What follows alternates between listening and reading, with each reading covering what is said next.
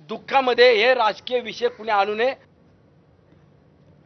महाराष्ट्राच्या राजकारणामधली सगळ्यात मोठी पुढची बातमी आहे, कारण उपमुख्यमंत्री अजित पवार यांच्या निधनाच्या नंतर प्रफुल्ल पटेल यांची राष्ट्रवादी काँग्रेसच्या अध्यक्षपदी नियुक्ती करण्यात आल्याची थेट माहिती केंद्रीय मंत्री पियुष गोयल यांनी एका मुलाखतीमध्ये दिली आहे। त्यामुळे राजकीय वर्तुळामध्ये खळबळ उडाली।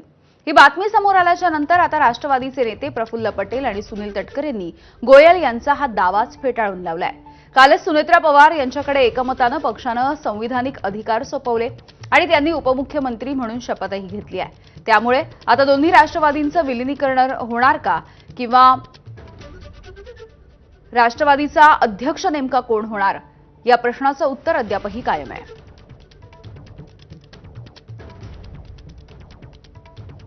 The NCP as a part of Mahayuti has performed very well.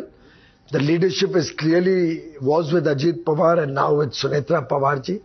Praful Patel has been appointed national president of the NCP.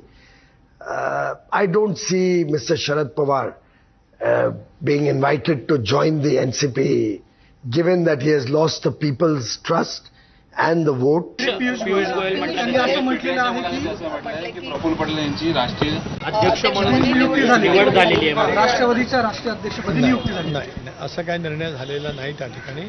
पियुषजी Goyal काय म्हणत मी स्वतः ऐकलेलं नाही, पण तसं काय निर्णय झालेला नाही। तर राष्ट्रवादी काँग्रेसच्या राष्ट्रीय अध्यक्षपदी माझी नेमणूक झालेली नाही असं स्पष्टीकरण प्रफुल्ल पटेल यांनी दिलंय। ते काय लिहितात आपण बघूयात।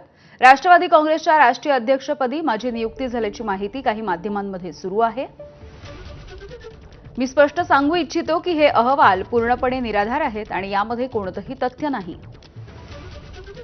राष्ट्रवादी काँग्रेस पक्ष ही एक लोकशाही संस्था आहे। इथे वरिष्ठ नेतृत्व आणि आमदारांशी सल्लामसलत करून निर्णय घेतले जातात।